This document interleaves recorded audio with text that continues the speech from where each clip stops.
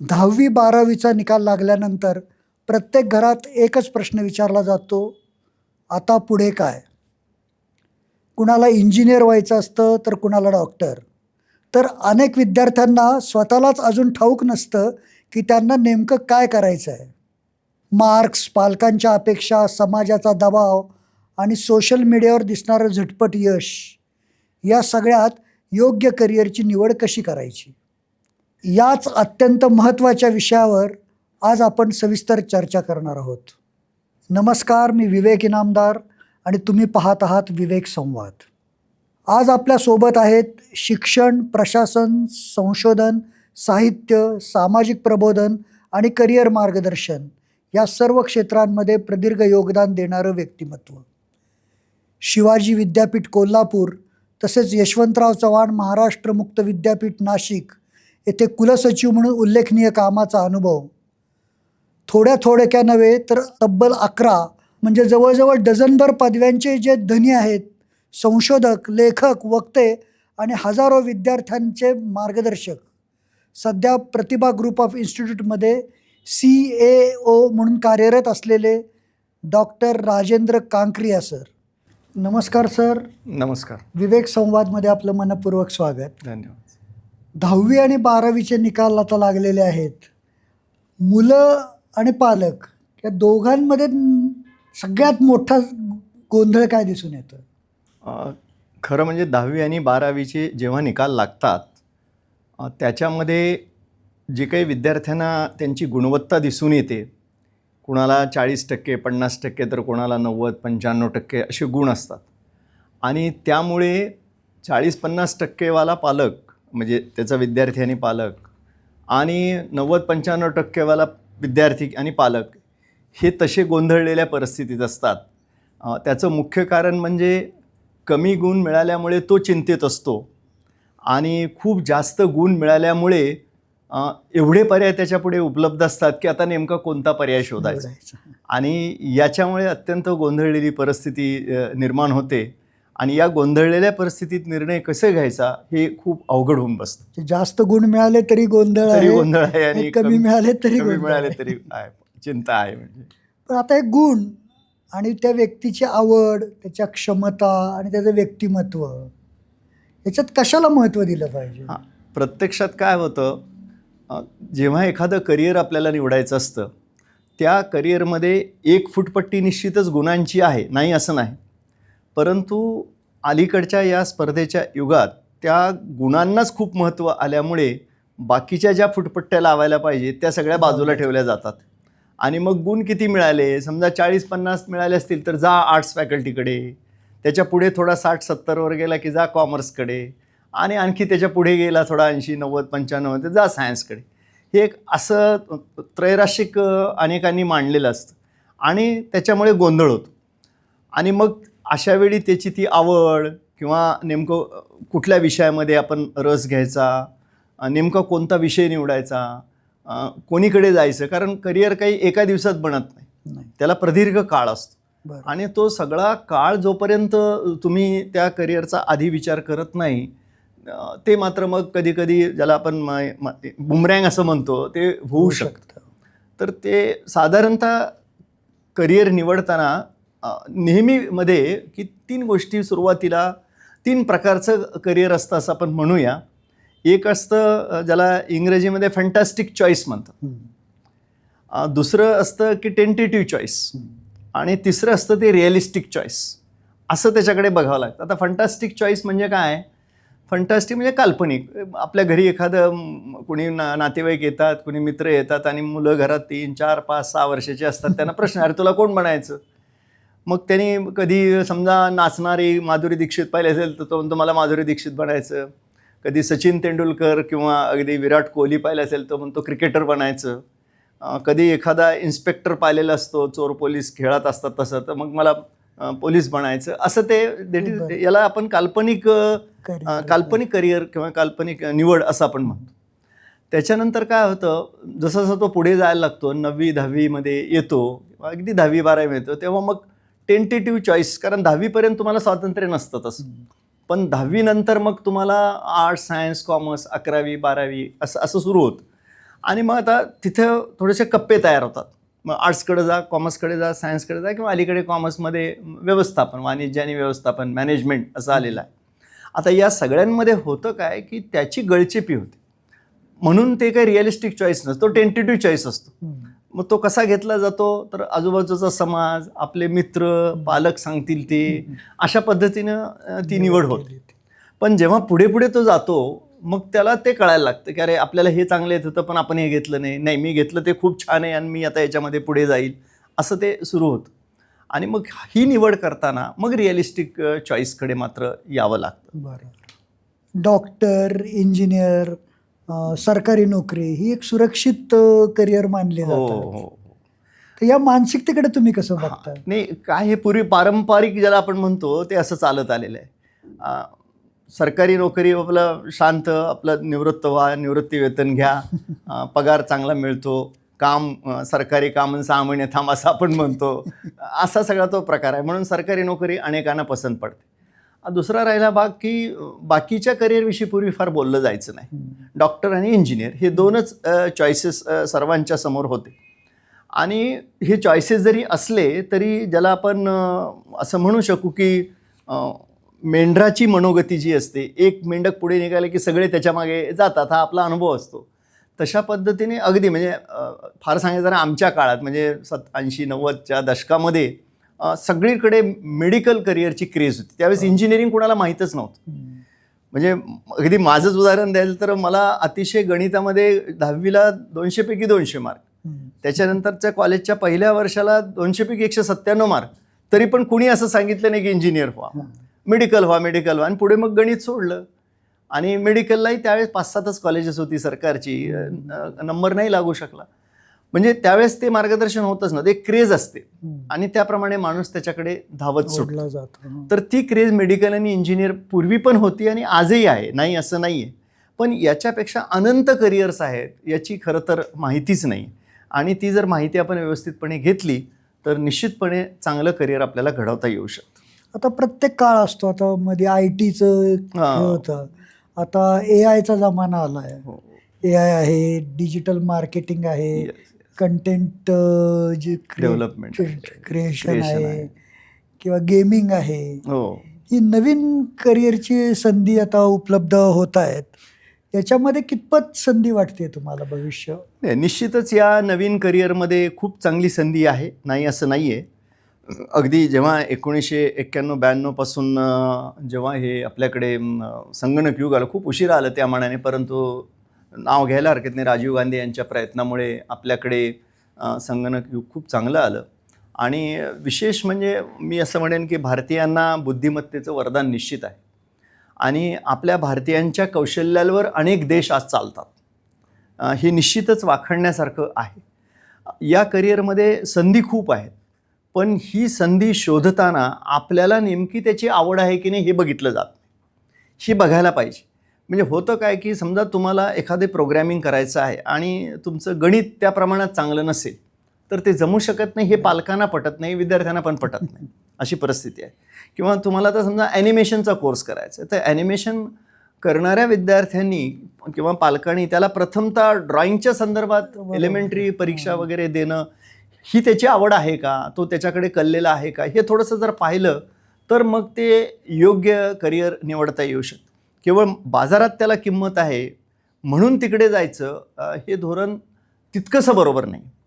पण तसं होतं की याच्यामध्ये आता AI जरी येत असेल किंवा नुसतंच आर्टिफिशियल इंटेलिजन्स आहे, सायबर सिक्युरिटी आहे अलीकडे, त्याच्यामध्ये क्लाउड कॉम्प्युटिंग आहे, पायथॉन आहे, अशा अनेक त्याच्यामध्ये करिअर करण्यासारखे मार्ग आहेत. त्याचे धोके पण आहेत, नाही असं नाही. परंतु याची जर पूर्ण माहिती घेऊन जर आपण तिकडे गेलो नाही आणि त्याच्यात आपल्याला नेमकं काय शिकायचं आहे याचा जर आपण आधी अभ्यास केला नाही तर कदाचित आपली बौद्धिक क्षमता नसताना जर आपण तिकडे गेलो तर त्याच्यामध्ये धोक्याची वळणं नक्कीच आहेत असं मला वाटतं. पाया आधी मजबूत पाहिजे, ज्याच्या यालाच करायचं आहे ते. ते पारंपरिक चौकटी, करिअरच्या ज्या चौकटी आहेत त्याच्या पलीकडे जाऊ इच्छिणाऱ्या विद्यार्थ्यांनी कुठली काळजी घेतली पाहिजे? पहिलं तर लक्षात विद्यार्थ्यांनी हे घेतलं पाहिजे की जेव्हा आपल्याला करिअर निवडायचं तेव्हा काही गोष्टी लक्षात घ्याव्या लागतात की काय पाहिलं पाहिजे करिअर निवडताना. जसं मी मगाशी म्हणालो की फक्त गुणवत्ता नाही, म्हणजे गुण नाही, आपल्याकडं ते करिअर करण्याची गुणवत्ता आहे काय हे आपल्याला बघितलं पाहिजे. मग एखादं करिअर निवडायचं तर सगळ्यात अगोदर काय असतं, तर सगळ्यात अगोदर म्हणजे तुम्ही या गोष्टीकडे लक्ष दिलं पाहिजे की आपल्याला त्याची आवड आहे का. सगळ्यात महत्त्वाचं, कोणीतरी म्हणतंय म्हणून, पालकांचा दबाव आहे म्हणून, किंवा माझ्या मित्राने ते केलं मग मी तिकडे जातो, किंवा माझ्या घराच्या जवळ आहे म्हणून मी तिकडे जातो, आणि मला घराचा खूप कंटाळा आला, मला आता खूप लांब जायचं म्हणून मी ते करिअर घेतो, ही काही करिअर निवडण्याचे मार्ग नाहीत. पहिल्यांदा तुम्हाला त्याच्यामध्ये आवड आहे का ही सगळ्यात महत्त्वाची गोष्ट आहे. मग तो विषय कुठला का असताना, कुठलंही आर्ट, सायन्स, कॉमर्स हे कप्पे जरी असले तरी करिअरला त्याच्यामध्ये नाही बांधलं पाहिजे, पहिली गोष्ट. आता पहिली आवड झाल्यानंतर दुसरा जो प्रश्न येतो तो शारीरिक क्षमता. ती खूप महत्त्वाची असते कुठल्याही याच्यामध्ये, की ती समजा तुम्हाला अगदी ठरवलं की मला फ्रीस्टाईल मध्ये जायचं आहे, तर मग ती व्यायाम करण्याची, तशा प्रकारची मेहनत घेण्याची तयारी आहे का हे ठरवलं पाहिजे. म्हणून शारीरिक क्षमता कोणत्याही करिअरला महत्त्वाची आहे, नाही असं नाही. तिसरी गोष्ट आहे ती मानसिकता. मानसिक क्षमतासुद्धा लागते कुठलंही करिअर करा. म्हणजे समजा मला डॉक्टर व्हायचं, अगदी डॉक्टरचं बोलबाला आहे म्हणून मला डॉक्टर व्हायचे, आणि शवागारात गेल्यानंतर जर मला दरदरून घाम फुटत असेल तर मग मात्र विचार केला पाहिजे की डॉक्टर व्हावं की नाही, असा थोडासा विचार आपण केला. एक छोटं म्हणजे हे उदाहरण झालं. त्या अर्थानं मानसिक क्षमतासुद्धा एखादं करिअर करताना पाहिजे. किंवा तुम्ही मानसशास्त्रामध्ये करिअर करताय आणि स्वतःच खूप घाबरताय तर मग त्याचा काही उपयोग नसतो.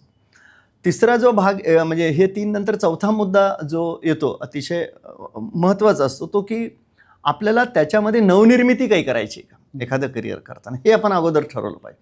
जे चाललंय फक्त नोकरी मिळावी म्हणून करिअर करत आहोत का, आपल्याला काही त्याच्यामध्ये नवनिर्मिती करायची संकल्पना आपल्या मनामध्ये येते काय, हा जर विचार जर आपल्याला अगोदर आला ना तर मग त्या करिअरमध्ये खूप चांगलं यश मिळतं. म्हणजे अगदी सोपं उदाहरण द्यायचं म्हणजे सचिन तेंडुलकरांचं देत आहेत. म्हणजे असं म्हणतात की सचिन तेंडुलकरांचा 10वीचा मार्क मिळून त्यांनी फाडून टाकला कारण तो 1-2 विषयात काहीतरी नापास झालेला होता वगैरे वगैरे असं सांगितलं जातं.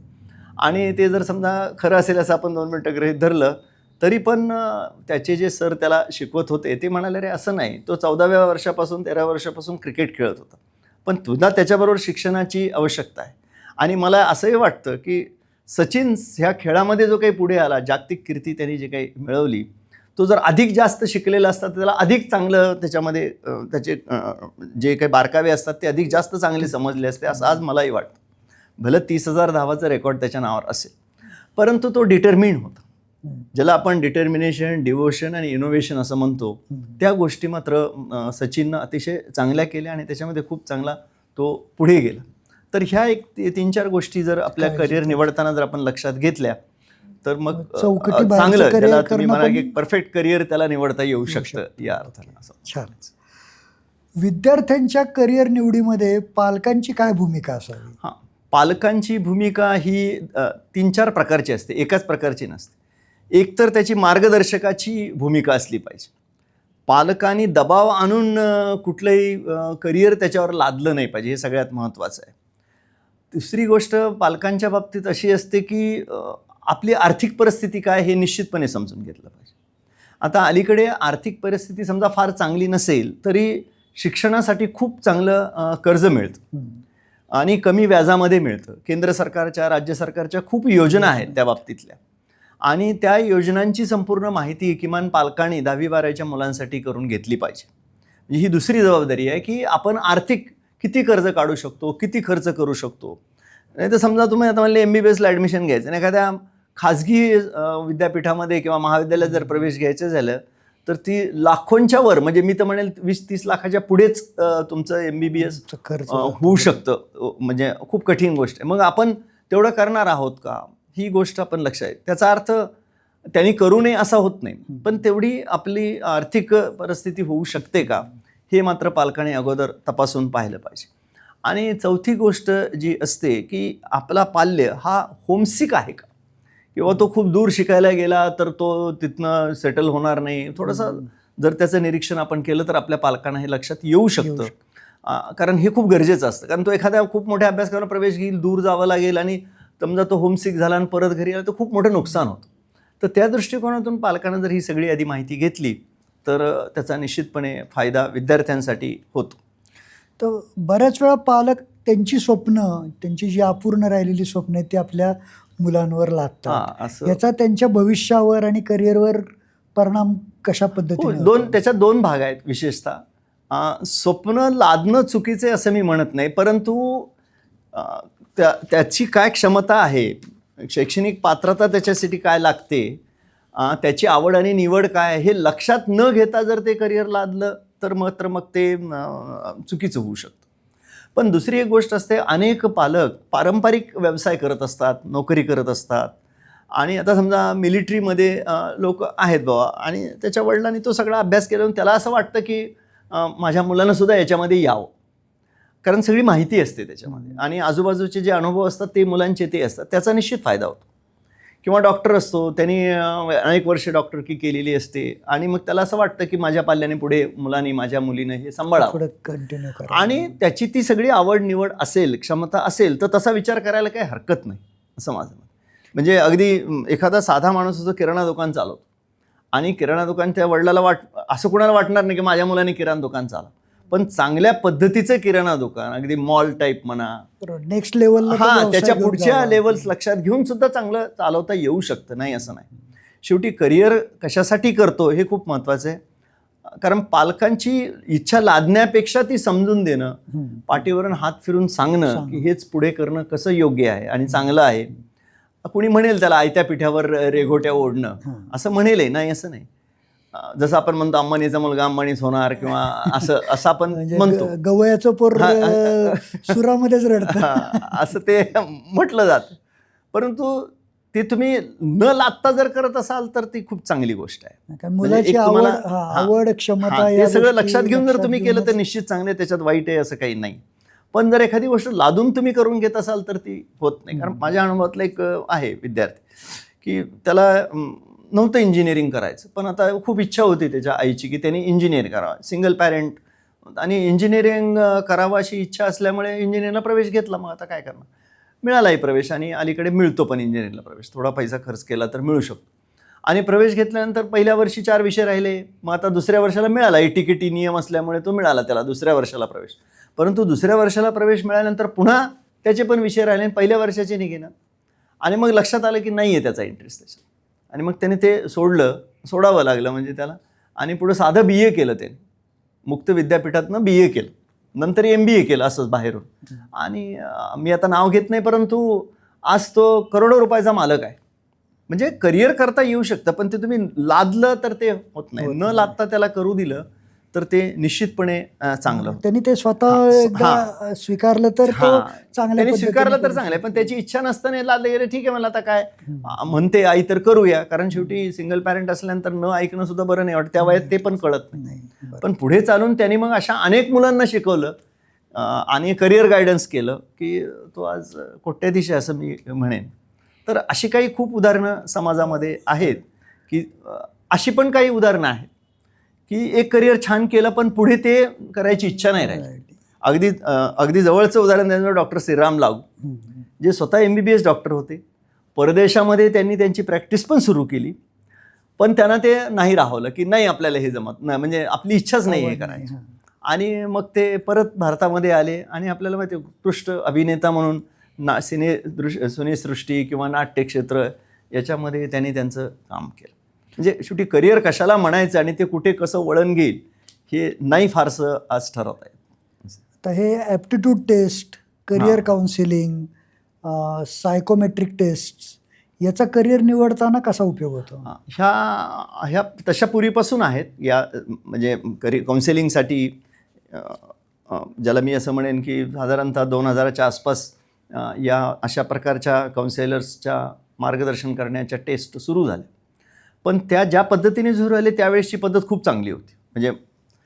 म्हणजे सोपं असायचं, त्याला कुठलाही अभ्यासक्रम नसतो. पहिली गोष्ट, अभ्यासक्रम दिला तर मग त्याच्यात तुम्ही कसं काय त्याचं काउन्सिलिंग करणार ना. आणि त्यांना येऊन 1-1.5 तासाची ती परीक्षा द्यायची असते. 1-1.5 तासाची त्यांनी ती परीक्षा दिली, पेपर लिहिला की 5-7 दिवसानंतर त्याचा निकाल ते म्हणजे काउन्सिलर जे असतात ते काढतात. मार्गदर्शक जे असतात ते मानसिक मार्गदर्शक, म्हणजे ज्याला आपण सायकोलॉजिकल काउन्सिलर ज्याला आपण असं म्हणू शकू ते. आणि मग ते पालक, आई वडील आणि मुलगा, किंवा आई वडील नसतील तर त्याचे जे कोणी पालक असतील त्यांना बोलवलं जातं. त्यांच्याशी 1-1.5 तास संवाद साधला जातो. आणि त्यातून त्याला मग ते समजलं जातं की हा कोणत्या क्षेत्रामध्ये जास्त पुढे जाऊ शकतो. आणि हे गरजेचं आहे, आवश्यक आहे, कारण ते माहिती नसते आणि आधीच जर कळालं की आपण तिकडे जाणं जास्त योग्य आहे किंवा हा वाणिज्याकडे चांगला जाऊ शकतो, हा व्यवस्थापनामध्ये मॅनेजर चांगला होऊ शकतो, हा एखादा सायंटिस्ट होऊ शकतो, किंवा हा उत्कृष्ट चित्रकार आहे तर हा चित्रकलेमध्ये पुढे जाऊ शकतो, जे काय असेल ते त्याच्यातनं माझं असं मत आहे 75 ते 80% चांगली माहिती त्याच्यामध्ये मिळू शकते. बऱ्यापैकी आपल्याला मार्ग आणि दिशा कळते. आणि आता बऱ्याचशा ऑनलाईन पण आणि ऑनलाईन पण टेस्ट आता अलीकडे होतात, खूप काही घेता येतं, करता येतं, पण पूर्णतः त्याच्यावर विसंबून राहून नाही चालत. कारण त्याला परत मी असं म्हणेन की प्रोफेशनलिझमपेक्षा कमर्शियलायझेशन त्याला आले. ओके. म्हणजे पूर्वी ज्या टेस्टला 100-200 रुपये घेतले जायचे, आता तिथे 1000-1000, 2,000, 3,000 रुपये घेतले जातात. आणि एवढ्या गोष्टी त्याच्यामध्ये टाकलेल्या आहेत की त्या वाचल्या तरी फारशा काही कळत नाहीत, अशी पण परिस्थिती आहे काही ठिकाणी. तर ती सावधानता लक्षात घेऊन कुठली एजन्सी चांगल्या पद्धतीनं हे करते हे लक्षात घेऊन जर ते केलं, माहिती घेऊन माहिती घेऊन जर केलं तर त्याचा निश्चितपणे फायदा होऊ शकतो. कोणत्या प्रकारची कौशल्य भविष्याच्या दृष्टीने विद्यार्थ्यांनी आत्मसात करण्याची गरज आहे? आता माझा 30-40 वर्षाचा शैक्षणिक क्षेत्रातला अनुभव पाहता तुम्ही करिअर कुठलंही निवडा, म्हणजे करिअरमध्ये तुम्ही चित्रकार झाला काय, कवी झाला काय, लेखक झाला काय, किंवा इकडे तुम्ही इंजिनिअरिंगच्या मध्ये कुठल्याही क्षेत्रामध्ये पुढे गेला, किंवा कॉमर्समध्ये तुम्ही पुढे गेला, चार्टर्ड अकाउंटंट झाला, किंवा कंपनी सेक्रेटरी झाला, किंवा आणखी वेगवेगळ्या प्रकारचे कुठलेही अभ्यासक्रम त्याच्यामधले तुम्ही केले, कुठल्याही क्षेत्रामध्ये जरी तुम्ही गेला तर बेसिकली 2 गोष्टी खूप आवश्यक असतात. एक ज्याला इंग्रजीमध्ये सॉफ्ट स्किल्स म्हटलं जातं, आणि दुसरी गोष्ट असते ती खूप दुर्लक्षिली जाते, ती म्हणजे लाईफ स्किल्स असते. म्हणजे तुम्हाला ही कौशल्य तर पाहिजेतच की ज्याच्यात तुम्हाला तुमचं करिअर अधिक चांगलं पुढे नेता येईल. म्हणजे तुम्हाला चांगलं बोलता आलं पाहिजे, कम्युनिकेशनमध्ये एखाद्या तरी भाषेमध्ये तुम्ही निश्चितपणे एक्सपर्ट्स असला पाहिजे. ती इंग्रजीच असावी असं काही. आता जवळजवळ 194 देश आहेत, त्याच्यात खरे इंग्रजी बोलणारे 8 ते 10 देश आहेत असं काही, किंवा जर्मन, जपान किंवा चायना आधी कधी इंग्रजीवर भर दिला नाही तसं पाहिलं तर. पण कुठली तरी एक भाषा जर तुम्ही चांगलं तुमचं कम्युनिकेशन, ज्याला आपण संवाद साधण्याची कला जर तुमच्याकडे असेल तर ते करिअरसाठी खूप आवश्यक आहे. अशा ज्या काही सॉफ्ट स्किल्स आहेत त्या तुम्ही मिळवल्याच पाहिजेत. ही कौशल्य तुम्हाला गरजेचीच आहे, पण याच्याबरोबर लाईफ स्किल शिकलं पाहिजे. म्हणजे एखादा इंजिनियर होतो, पगार चांगला असतो, पण घरात आल्यावर आपल्या पत्नीशी, आपल्या आईशी, वडिलांशी कसं बोलायचं जर त्याला समजत नसेल तर मग तुमच्या त्या स्किल्सचा काही उपयोग नाही असं मला वाटतं. म्हणजे करिअर निवडताना ही कौशल्य, दोन्ही कौशल्य आपण लक्षात घेतली पाहिजे असं मला नेहमी पण आवश्यक आहेत. आणि सॉफ्ट स्किल्स आणि लाईफ स्किल्स ज्याला आपण म्हणतो, किंवा हार्ड स्किल म्हणूया, फार तर त्याला सोपा शब्द वापरायचा, त्याला सॉफ्ट म्हटल्यामुळे. ते ग्रामीण भाग आणि मध्यम वर्ग यातील विद्यार्थी असतात ज्यांच्याकडे आर्थिक क्षमता पण फार नसती शिक्षणावर गुंतवणूक करण्याची पालकांची. बरोबर. तर अशा विद्यार्थ्यांना कोणत्या याच्यात संधी तुम्हाला वाटतात की कोणत्या प्रकारच्या करिअरमध्ये त्यांनी ट्राय करावे की ज्याच्यात कमी खर्चामध्ये, कमी इन्व्हेस्टमेंटमध्ये त्यांना करिअर करता येऊ शकेल? खरं म्हणजे शहरी आणि ग्रामीण असं काही नसतं तसं. कारण तुम्ही जर पाहाल तर सगळे लोक शहरातलेही ग्रामीण भागातनंच आलेली आहे आणि त्यांनी आपलं क्षेत्र अतिशय चांगल्या पद्धतीने घडवलं आहे. मला एक सोपं उदाहरण यावेळेस आठवतं, डॉक्टर नरेंद्र जाधव यांचं. आपल्याला निश्चितच कल्पना असेल की डॉक्टर नरेंद्र जाधव यांनी आम्ही आणि आमचा हे पुस्तक त्यांनी, आमचा बाप हे पुस्तक त्यांनी लिहिलेलं आहे. आणि एक दिवस ते असे आपल्या वडिलांशी गप्पा मारत असताना, बोलताना वडिलांनी त्यांना सहज विचारलं, अरे तुला काय व्हायचे? तर ते म्हणाले, मला लेखक व्हायचे. अरे अरे काय तुला काय भीक लागली काय लेखक व्हायला? काय त्याला मिळतं, काय तुला पैसे मिळणार, काहीतरी विचार करतो म्हणे. आहे अजिबात चांगलं नाही असं त्याला त्याच्या मोठ्या बंधूंनी सांगितलं. मग त्याचे वडील आले आणि मग ते म्हणाले, थांब म्हणे, हे बघ करिअर कुठलं आहे ह्याला काही फारसं महत्त्व नाही, पण कुठलंही करिअर जर तू केलं तर त्याच्यामध्ये तू टॉपला असला पाहिजे. येस. आणि तू टॉपला जर त्याच्यामध्ये असशील आणि तो विचार जर तू आज करशील तर कोणतंच करिअर आयुष्यामध्ये वाईट नसतं. म्हणजे त्यांनी एक उदाहरण दिलं, लोकांनी समजा तू चपला विकण्याचा धंदा करतोस, व्यवसाय करतोस, तर कुणी काय म्हटलं पाहिजे की मी त्याच्याच जाऊन त्याचीच चप्पल विकत घेणार. हे जेव्हा घडतं ना तेव्हा मग तू चपला विकतो हे काय वाईट नाही आहे ना, पण ते लोकांनी तसं म्हटलं पाहिजे की मी तेच त्याच्याकडेच जाऊन ते घेणार. आणि आपल्याला कल्पना असेल नरेंद्र जाधवाने लिहिलेल्या पुस्तकाचं जवळजवळ 14 भाषांमध्ये भाषांतर झालं आणि लाखो प्रती त्याच्या आज खपलेल्या गेल्या आहेत. त्याच्यामुळे ग्रामीण आणि शहरी असा खरं तर काही भेद नसतो, कारण प्रत्येकामध्ये ज्याला अगदी चांगल्या मराठीमध्ये सांगितलं एक राजहंस दडलेला असतो आणि तो राजहंस ज्याचा त्यानं शोधायचा असतो. Everyone has his on tomorrow असं आपण इंग्रजीमध्ये म्हणतो. तसं जर आपण लक्षात घेतलं तर पैसा हा काय आता अडथळा असू शकत नाही करिअर करण्यामध्ये. पैसा नसेल तरीही तुम्हाला उत्कृष्ट लेखक, कवी, चित्रकार, एखाद्या कॉम्प्युटरच्या एका क्षेत्रामध्ये एक्सपर्ट्स असं निश्चितपणे बनता येऊ शकतं आणि त्याचा विचार आपण निश्चित केला पाहिजे. फार छान उदाहरणं दिलीत तुम्ही, ती विद्यार्थ्यांना कळायला खूप सोपे जाईल. त्यामुळे तर सोशल मीडियामुळे निर्माण होणाऱ्या झटपट यशाचा जो भ्रम आहे तर त्याच्याकडे तुम्ही कसं पाहता? नाही, आता कसं होतं, खूप वेळा लोकांना असं दिसतं की हा कमी वेळामध्ये फार लवकर मोठा झाला आणि विशेषतः राजकारणामध्ये ही उदाहरणं दिसतात आणि तीच सारखी डोळ्यासमोर असतात आणि त्याच्यामुळे असं वाटतं की अरे आपल्याला पटकन पुढं गेलं पाहिजे. आणि सोशल मीडियावर असे खूप मार्ग दाखवले जातात, पण एक आपण गोष्ट नेहमी लक्षात घेतली पाहिजे की ज्याला आपण असं म्हणू, थोडक्यात जे काय व्हायचं that is every short thing has a long distance असं आपण म्हणतो. अगदी थोडक्यात आपल्याला यश मिळेल असं कधीच होत नाही. कुठल्याही यशाला तुम्हाला परिश्रम घ्यावे लागतात, एकाग्रता असावी लागते आणि तुम्ही त्याच्याकडे जेव्हा बघता एखाद्या गोष्टीकडे तेव्हा नुसतं परिश्रम आणि एकाग्रता एवढंच नव्हे तर आपल्या बुद्धिमत्तेचा तुम्हाला योग्य वापर करावा लागतो. योग्य वापर म्हणजे काय, ज्याला आम्ही विवेक असं म्हणतो. आणि तो जर विवेक तुम्ही या कोणत्याही क्षेत्रामध्ये जर आपण वापरला तर आपल्याला अतिशय चांगलं पुढे जाता येतं. त्याच्यामुळे shortcut is always a long distance असं आपण लक्षात घेतलं पाहिजे.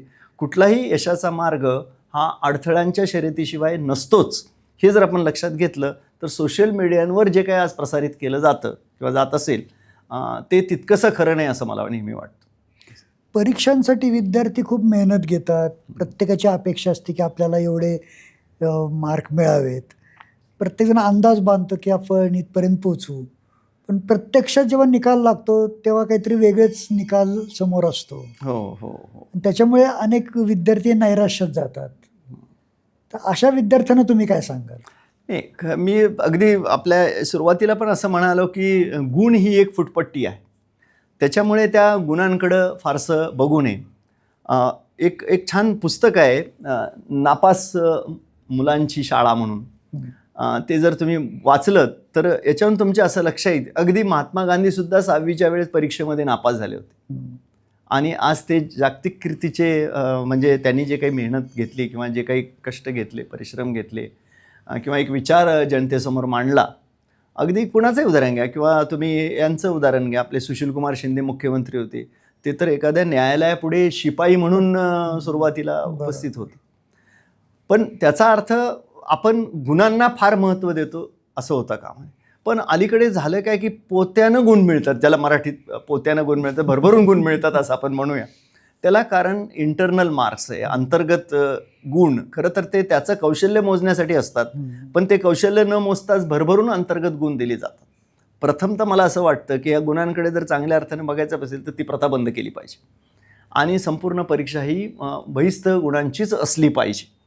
त्याला वेगळं महत्त्व देण्याचे काही कारण नाही आणि त्याच्यामुळे अनेक चुकीच्या गोष्टीसुद्धा शिक्षण क्षेत्रामध्ये येत राहतात, तर त्या होता कामा नये. म्हणून गुणाचं जे महत्त्व वाढून ठेवलं, अतिशय चांगला मध्यंतरी निर्णय घेतला पण शासनाने की आता मेरिट लिस्ट जाहीर केली जात नाही, गुणवत्ता यादी जाहीर केली जात नाही 10वी-12वीची. पूर्वी ते करत होते आणि त्याचा काही वाईट परिणाम मुलांवर व्हायचा.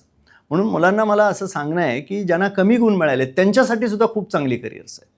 म्हणजे कमी गुण मिळाले तर ITIमध्ये तर आता एवढी करिअर्स आली आहेत.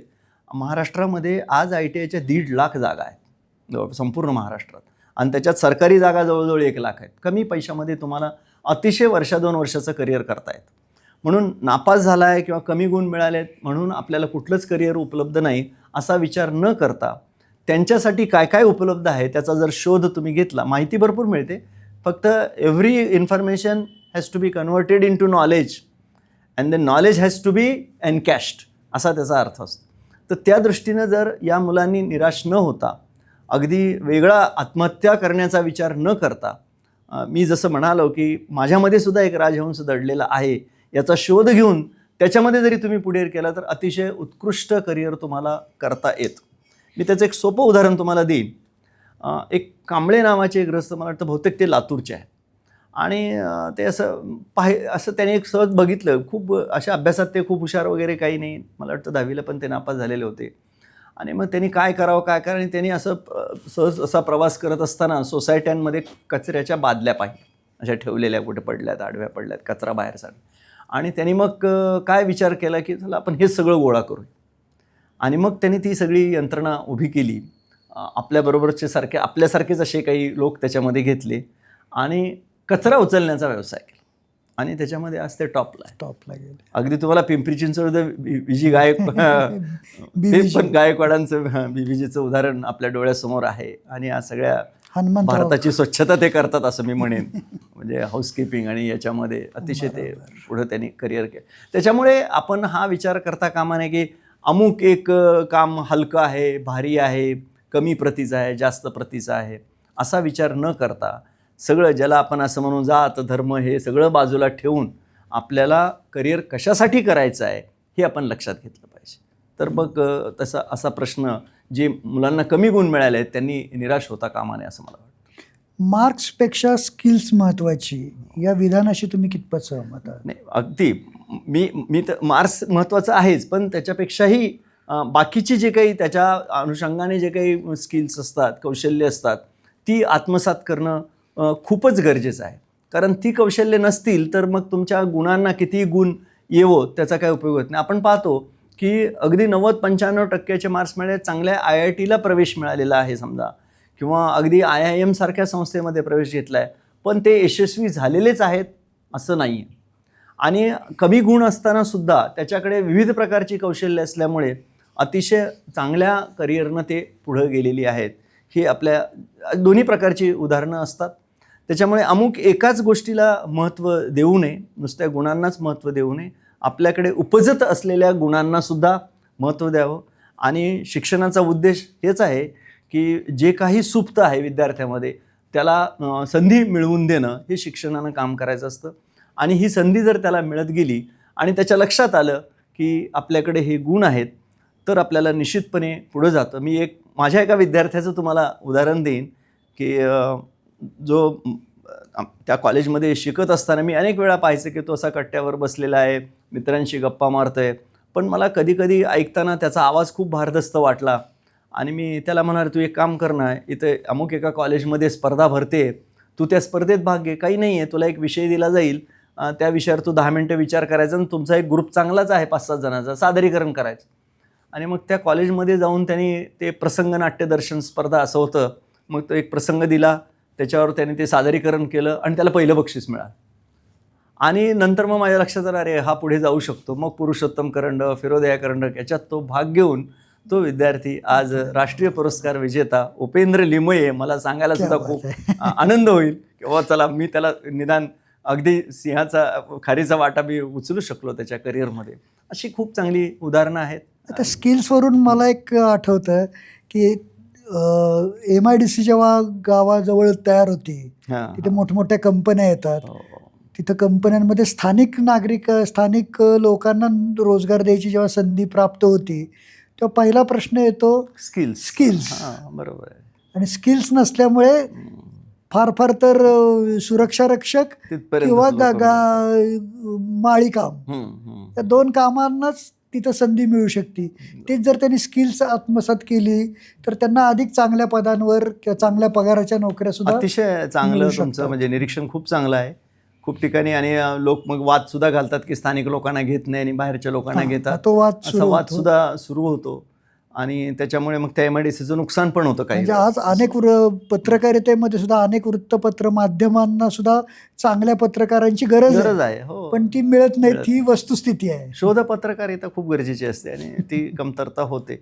त्याच्यामुळं एका विशिष्ट गोष्टीकडे न पाहता आपल्याला नक्की काय चांगलं जमू शकतं आणि त्याच्यामध्ये टॉपला कसं जाता येईल असा जर विचार केला ना, तर कोणतंच क्षेत्र वाईट आहे असं नाही. कुठलंही क्षेत्र असू दे ते वाईट कधीच नसतं. त्याच्यामध्ये आपल्याला टॉपला जाण्याचा विचार आपण केला पाहिजे. आणि त्याच्यामध्ये अधिकाधिक फक्त एकच गोष्ट असते, आपल्याला जे आवडतं त्या क्षेत्रामध्ये करिअर केलं तर त्याला दुधात साखर असं आपण म्हणू शकतो. पण ते नाही जमलं तरीही आपल्याकडे नेहमी ABC प्लॅन तयार पाहिजे, म्हणजे मग त्याप्रमाणे बदल करता येतात. मी साधारणतः बघितलं की आपल्याकडे 3 करिअर्स खूप चांगली असतानासुद्धा दुर्लक्षित आहेत. त्यातलं एक महत्त्वाचं म्हणजे शिक्षक, दुसरं जे आहे प्रशासन, आणि तिसरं जे आहे संरक्षण. ह्या 3 करिअरमध्ये आजही चांगली लोकं येत नाहीत. आपल्याला कितीही वाटत असलं तरीही चांगला शिक्षक मिळत नाही. आज ती परिस्थिती आहे. का तर कमी पगार मिळतो म्हणून. दुसरं तिकडं काय करिअरमध्ये पडलं आहे, त्याच्यापेक्षा IT मध्ये जाणं, मस्त AC खाली बसता येतं, आरामशीर राहता येतं, आरामशीर नोकरी करता येते. दुसरं जे करिअर आहे प्रशासक, आपण म्हणतो की IAS, आणि ही होणारी जी संख्या आहे ती खूप लिमिटेड असते. 10 लाख जेव्हा मुलं परीक्षेला बसतात तेव्हा त्याच्यातली 1000च घेतली जातात. पण IAS हेच केवळ एक करिअर नाही. प्रशासनामध्ये अनेक ठिकाणी खूप चांगल्या प्रशासकांची गरज आहे, आणि त्या प्रशासकांचं तुम्ही जर चांगला अभ्यास केला, चांगलं करेल, बरं त्याला असं काही बंधन नाही की तुम्ही फर्स्ट क्लासच असला पाहिजे, एवढेच गुण असले पाहिजे, याच ह्याच्यातली अमुक क्षेत्रातलीच पदवी पाहिजे, असं काही नाही आहे प्रशासनावर. म्हणजे अगदी 40% गुण घेणारा BA, BSc, BCom कुठलाही विद्यार्थी त्याच्यामध्ये प्रशासनामध्ये करिअर घडू शकतो. आणि तिसरी गोष्ट आहे संरक्षण. संरक्षणामध्ये खूप चांगल्या लोकांची गरज आहे. आज मी तुम्हाला सांगतो, म्हणजे हीच परिस्थिती गेल्या जवळजवळ 10 वर्षापासून 15 वर्षापासून आहे की चांगल्या ऑफिसर्स मिळत नाही आहेत. 20,000 जागा आजही रिकाम्या आहेत ऑफिसरच्या संरक्षण क्षेत्रामध्ये, मग ते मिलिटरी असो, नेव्ही असो किंवा एअरफोर्स असो. तर तिथे जायला लोकांनी खरं तर प्रयत्न केला पाहिजे, त्याचा अभ्यास केला पाहिजे. वेगवेगळ्या स्पर्धात्मक परीक्षा त्याच्यासाठी असतात. तुम्हाला पुन्हा शारीरिक तंदुरुस्ती लागते, टास्क फोर्समध्ये जाऊन काही कामं करावी लागतात. ह्या सगळ्यांचा अभ्यास केला ना तर ही 3 क्षेत्र जी आज दुर्लक्षित राहिलेली आहेत त्याच्यामध्ये सुद्धा निश्चितपणे चांगलं करिअर करता येऊ शकतं. भारत हा शेतीप्रधान, कृषीप्रधान देश म्हणून ओळखला जातो, आणि करिअरचा जेव्हा विचार येतो तेव्हा कृषी हे करिअर सगळ्यात शेवटचं प्राधान्यक्रम आहे. याच्याकडे तुम्ही कसं पाहता? मी तर ते चुकीचं प्राधान्यक्रम आहे असं माझं मत आहे. सगळ्यात प्रथम प्राधान्य शेतीला दिलं पाहिजे, कारण तिथे जर कारण ती किमया फक्त शेतीचेच आहे. एका दाण्याचे हजारो दाणे करण्याची जी काही किमया आहे ती फक्त शेतीमध्ये आहे. फक्त काय होतं, अनेकांना वाटतं शेतीमध्ये चिखलात जाऊन काम करा, त्या उन्हा पावसात काम करा, अतिशेती, असं नाही आहे. शेतीकडे जर तुम्ही, कारण शेवटी तुम्ही एखादं जे करिअर करता त्याच्यातला मुख्य अंग भारतासारख्या देशासाठी हा शेती आहे. बाकीच्या सगळ्या गोष्टी होत राहतील, पण तुमच्या शेतीमध्ये जर पिकलं नाही तर तुम्हाला खूप मोठी किंमत मोजावी लागेल. आणि म्हणून मग ते चांगलं कसं पिकवायचं, सोप्या पद्धतीने कसं पिकवायचं, अधिकाधिक उत्पादन कसं घ्यायचं, घेतलेलं जे उत्पादन आहे ते नाश पावणार नाही, त्याच्यासाठी काय सोय करायची, याच्यामध्ये खूप काही करिअर्स करता येऊ शकतात. बरं. म्हणजे तुम्ही जर वाघोली परिसरात गेला तर नुसते वेअर हाऊसेस तुम्हाला दिसतील त्या बाजूला. म्हणजे मी ते 20 वर्षापासून पाहतो. म्हणजे संरक्षण या अर्थानं की ते कसं हे करायचं, प्रोसेसिंग करणारे युनिट्स आहेत, ह्या सगळ्या गोष्टी करता येतात. म्हणून शेतीच्या करिअरकडे दुर्लक्ष करू नये. हां, त्याचं स्पेशल ट्रेनिंग गरज असेल, एखाद्या विषयाची आवड असेल, मग ते अगदी सोपे विषय म्हणजे खतं कुठली वापरायची असो, कुक्कुटपालन असो किंवा आणखी कुठलंही असो, प्रोसेसिंग असो, फूड प्रोसेसिंग ज्याला आपण म्हणतो, याच्यामध्ये सुद्धा खूप चांगली करिअर करता येतात. आणि अलीकडे AIची मदतीनं सुद्धा शेती तुम्हाला खूप चांगली करता येते. मुक्त विद्यापीठात असताना आम्ही त्यावेळेससुद्धा AI नसतानासुद्धा आम्ही जे काही पाणी वाया जायचं, जे बंद करायचं, ते इकडे घरी बसून बटन दाबून आम्हाला बंद करता येत होतं. ते मोबाईलवर आम्ही ते त्यावेळेस केलं होतं. सुरुवातीलाच मोबाईल आले, ते करता येऊ शकतं. आणि मुक्त विद्यापीठामध्ये जवळजवळ त्यावेळेस 15-20 लाखाचं उत्पन्न या शेतीमधून मिळायचं. बरोबर. आणि हे उत्कृष्टपणे करता येतं. तर त्याच्यामुळे भारतासारख्या देशात शेतीकडे अजिबात दुर्लक्ष केलं जाऊ नये अशी माझी प्रामाणिक इच्छा आहे. ज्यांना परफेक्ट करिअर करायचं आहे अशा विद्यार्थ्यांना कोणत्या 3 गोष्टी तुम्ही सांगाल? 3 गोष्टी खूप महत्त्वाच्या. एक म्हणजे इंटरेस्ट, तुम्हाला त्याच्यात आवडच पाहिजे. दुसरा जो भाग आहे तो इंटेलिजन्स, म्हणजे आपल्याकडे ती बौद्धिक क्षमता आहे की नाही हे आपण लक्षात घेतलं पाहिजे. आणि तिसरं महत्त्वाचं म्हणजे इनोव्हेशन, की सर्जनशीलता, नवीन काय आपल्याला त्याच्यात निर्माण करायचं आहे, याचा जर तुम्ही विचार केला तर या 3 गोष्टीमुळे तुमचं करिअर अतिशय चांगलं बनू शकतं. आता सगळ्यात शेवटचा प्रश्न विचारतो, जिथून आपण सुरुवात केली होती त्याच ठिकाणी आपण परत येऊ, की निकालानंतर संभ्रमात असलेल्या विद्यार्थ्यांना आणि पालकांना तुम्ही काय संदेश द्याल? विद्यार्थ्यांनो, तुम्हाला गुण किती मिळालेत याच्याकडं फारसं लक्ष न देता तुम्ही गुणवत्तेकडे लक्ष द्या. म्हणून त्यामुळे मग तुमचं करिअर अतिशय चांगलं होईल. आपला मित्र कुठे गेला, आपल्या जवळच्या शाळेत जायचं का, जवळच्या कॉलेजमध्ये जायचं का, लांबच्या कॉलेजमध्ये जायचं, त्यानं ते निवडलं म्हणून मी हे करिअर निवडतो, याच्याकडे अजिबात लक्ष देऊ नका. पालकांसाठी अशी आहे की कुठली इच्छा मुलांवर लादू नका. त्यांचे मित्र बनून त्यांना तुम्ही मार्गदर्शन करा आणि हे मार्गदर्शन जर तुम्ही व्यवस्थितपणे केलं आणि मुलांचं वय जरी ते नसलं तरी तुम्ही माहिती घेऊन त्यांना ते देऊ शकता. समजा तुम्हाला त्या क्षेत्रात नसेल तर चांगले शिक्षक, चांगले महाविद्यालय, तिथं पास झालेले विद्यार्थी याची पूर्णपणे आधी चौकशी करा आणि मग त्या करिअरमध्ये तुम्ही सहभागी व्हा. कोणतंही करिअर वाईट नसतं. अगदी मी पुन्हा ते शब्द वापरेल की प्रत्येकामध्ये एक राजहंस दडलेला असतो. तो शोधण्याचं काम विद्यार्थी आणि पालक यांनी केलं पाहिजे असं मला वाटतं. खूप छान सर. या ठिकाणी आपण आलात आणि आमच्या सगळ्या विद्यार्थी आणि पालकांशी संवाद साधून त्यांच्या मनातील संभ्रम दूर करण्यासाठी त्यांना नक्की या संवादाचा उपयोग होईल अशी मला खात्री वाटते. आपण या ठिकाणी आल्याबद्दल आपले खूप खूप धन्यवाद. धन्यवाद सर. नमस्कार. खरं तर करिअर म्हणजे फक्त नोकरी नाही, तर आपल्या क्षमता, आवड आणि आयुष्याच्या ध्येयाला मिळालेली योग्य दिशा. आजच्या संवादातून अनेक विद्यार्थी व पालकांचा संभ्रम नक्कीच दूर झाला असेल. डॉक्टर कांक्रिया सर, आपण अतिशय मोलाचं मार्गदर्शन केलं. त्यासाठी विवेक संवादच्या वतीने आपले मनपूर्वक आभार. आणि प्रेक्षकांनो, हा संवाद आपल्याला उपयुक्त वाटला असेल तर व्हिडिओला नक्की लाईक करा, शेअर करा आणि विवेक संवाद चॅनलला सबस्क्राईब करायला विसरू नका. मी विवेक इनामदार. पुन्हा भेटू एका नव्या विषयासह. नमस्कार.